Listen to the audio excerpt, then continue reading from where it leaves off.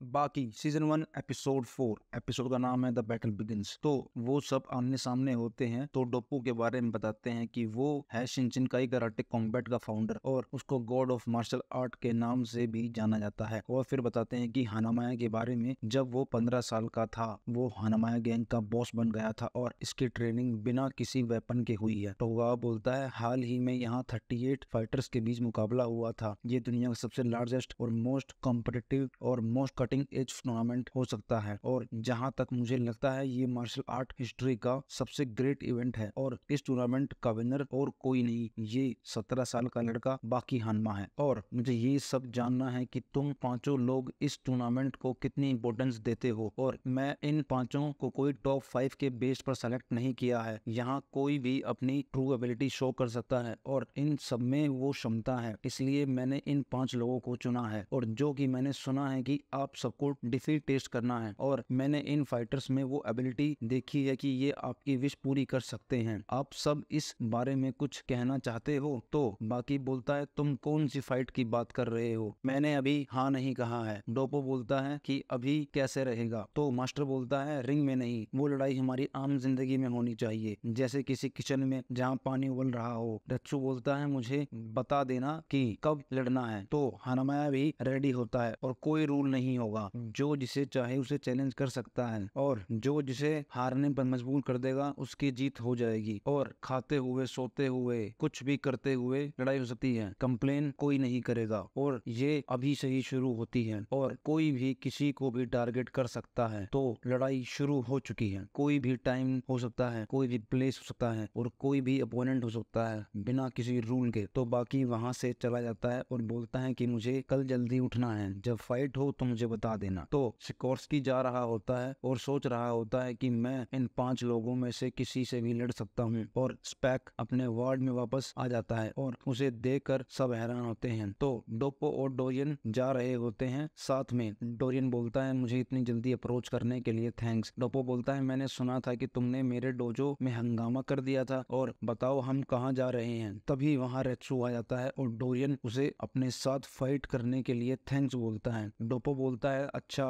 तो रेत्सु तुम भी वहाँ इन्वॉल्व थे उस फाइट में? तभी डोप्पो अपना बैग उतार कर डोरियन के मुंह पर मारता है और फिर एक किक मारता है। डोरियन गिर जाता है। डोप्पो बोलता है सॉरी रेत्सु, मैंने पहले शुरू कर दिया। तभी डोरियन अपना लाइटर निकालता है और डोप्पो की तरफ जोरदार फूंक मारता है। रेत्सु ये देखकर चौंक जाता है। डोप्पो राउंड हाउस ब्लॉक से उसे हटा देता है। डोप्पो बताता है कि राउंड हाउस ब्लॉक टेक्निक हर एलिमेंट को डिफेंस कर रोक सकता है। तो सिकोर्स्की का रास्ता वो फाइटर रोक लेता है जिसका मुंह उसने काट दिया था और बोलता है कि तुम्हारा पंच बहुत ही जबरदस्त था, तुमने उंगली की इस पार्ट से मेरे मुंह को काट दिया था। सिकोर्स्की बोलता है तुम चाहते हो क्या मैं ये दोबारा करूं? तभी पीछे से 2 आदमी और आ जाते हैं और बोलते हैं कि इसने आपका फेस काटा है चीफ। तभी वो दोनों उसे मारना शुरू कर देते हैं और वो बोलते हैं कि तुमने अपनी लाइफ में डिफीट चाहिए थी, देखो वो तुम्हें कितनी आसानी से मिल गई। वो उसके मुंह पर टेप लगा देते हैं और उसे वहां से ले जाते हैं। तो अगले सीन में डोरियन डोप्पो का हाथ काट देता है और ये देख सबके होश उड़ जाते हैं। तो डोरियन बताता है कि मैंने ये वायर यूज किया है। तो बताते हैं कि शुरू से इंसान में आगे बढ़ने की होड़ लगी हुई है, कुछ बड़ा बनने का, कुछ स्ट्रॉन्ग बनने का,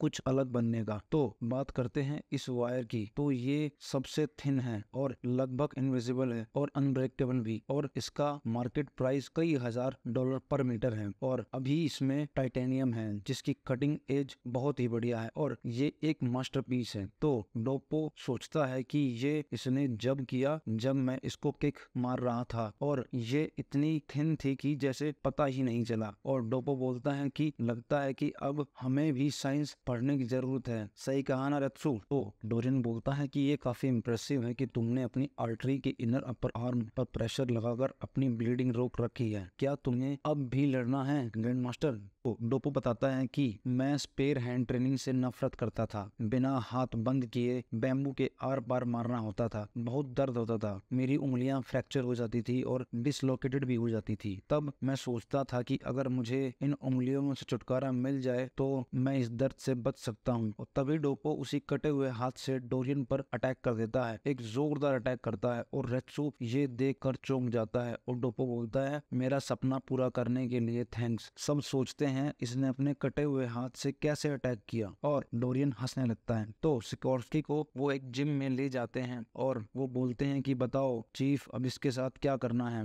और चीफ बोलता है मैं सोचता हूँ ये मर जाए तो अच्छा होगा। तभी वो गन निकालता है और उसकी चेस्ट पर 5 गोलियां मारता है। तभी सिकोर्स्की मरने का नाटक करता है और खड़ा हो जाता है और ये देखकर वो सब डर जाते हैं और वो बोलता है कि मुझे लगा था कि ऐसा कुछ होने वाला है इसलिए मैं बुलेट प्रूफ जैकेट पहन ली थी। वो उनको मारना शुरू करता है और उन दोनों को काट देता है। तभी वो फाइटर बोलता है कि तुम जीत गए, मैं हार गया। और यहाँ ईस्ट में इस पोज का मतलब होता है 100% सरेंडर और तुम जीत गए। तुम्हारी स्पीड, पावर, स्टेमिना सब जबरदस्त है। मैं तुमसे माफी मांगता हूँ, प्लीज मुझे जाने दो। तभी सिक्योर्स्की भी लेट जाता है और बोलता है कि उस फाइट में तुम्हें अपने साथी का बदला लेने का कोई इरादा नहीं था, ये सब तुमने खुद के लिए किया था, राइट। तभी वो उसे किक मारता है और उस पे जिम का वेट उठाकर फेंकने लगता है। उसकी हालत खराब हो जाती है और फिर सिक्योर्स्की उस पे मूतने लगता है। तभी वो उस पे अटैक करने की कोशिश करता है लेकिन सिक्योर्स्की अपनी उंगली से उसकी गर्दन काट देता है। तो नेक्स्ट सीन में बाकी एक लड़की के साथ जा रहा होता है जो कि उसकी मकान मालकिन की लड़की थी और उसकी क्लासमेट भी। और उसे पता है कि बाकी ने अल्टीमेट फाइटर टूर्नामेंट में भाग लिया था। वो बोलती है कि मैं सरप्राइज हूँ कि तुमने मुझे डेट के लिए पूछा। बाकी बोलता है ये थोड़ा हार्ड था और मैं काफी टाइम से तुम्हें ये सब कहना चाहता था। तभी वो बोलती है कि तुम हर चीज में अच्छे हो, फाइटिंग में, और तुम जानते हो कि एक लड़की को कैसे खुश रखा जा सकता है। तभी कोई उनका रास्ता रोक लेता है और आगे से भी 3 लड़के उनका रास्ता रोक लेते हैं और वो पीछे वाला लड़का बाकी के कंधे पर हाथ रख लेता है और एक चाकू निकालता है और बोलता है कि ज्यादा दिक्कत की बात नहीं है, जो भी तुम्हारी जेब में है वो निकाल दो। तभी अचानक वो डर जाते हैं, पता नहीं क्यों, और रास्ते से हट जाते हैं और बाकी उस पीछे वाले लड़के का हाथ घुमाकर आगे ले आता है और वो वहां से चले जाते हैं। वो दोनों साथ में घूमते हैं, खाते हैं, पीते हैं और शाम को घर की तरफ जा रहे होते हैं और वो प्यार से बाकी का हाथ पकड़ लेती है और पीछे खड़ा स्पैक उसको देख रहा होता है। और यहीं पर एपिसोड खत्म हो जाता है। थैंक यू सो मच, मिलते हैं अगले एपिसोड में।